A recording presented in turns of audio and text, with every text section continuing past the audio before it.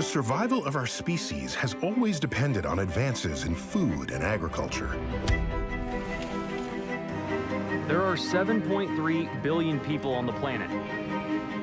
The world's population is expected to top 9 billion in 2050. Climate change is going to scramble this whole how are we going to feed the world debate.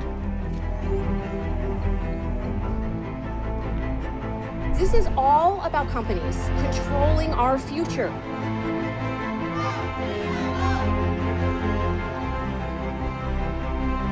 So, amongst all this conflict and confusion, how do we make the most informed decisions about how we feed ourselves?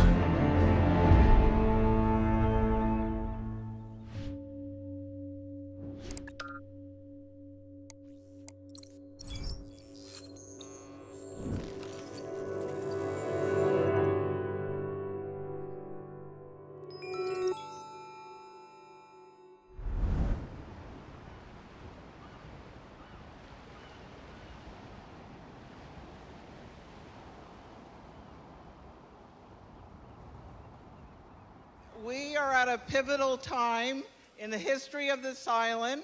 I have a bill before the council that would restrict the use of GMOs.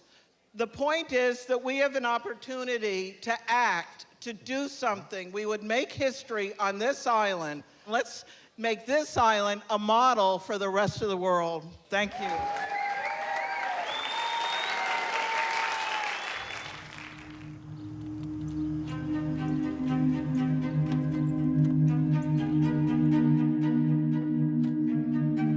I am concerned about some of the health issues related to GMOs on a number of different levels.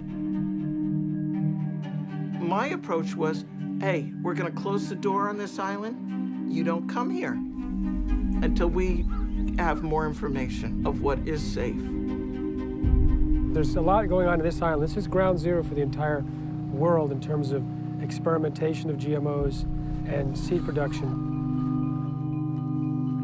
This is a really rare opportunity to get shots of people spraying.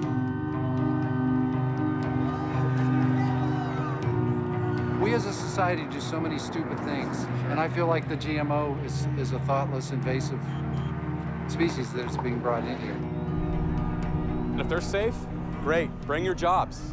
You know, the more the merrier. If you're helping the island, if you're really feeding people, then you're more than welcome. They're not farmers, they're mad scientists. With this conflict over genetically modified organisms, Hawaii has become ground zero of a battle for how to feed the world sustainably. A long day of testimony on 2 proposed laws prohibiting genetically modified organisms on Hawaii Island. Before voting, the Hawaii County Council tried to get answers about any safety concerns related to GMOs. Okay, I'm calling this meeting back to order. Aloha, Mr. Smith, or is it Dr. Smith? No, Jeffrey's fine. Have you ever heard of the rainbow papaya? Oh yes, I'm very aware of it. Eating papaya that's genetically engineered might cause you to get more colds, more susceptibility to hepatitis or HIV. And again, these are completely backed with peer-reviewed published studies. We've actually put the population at risk.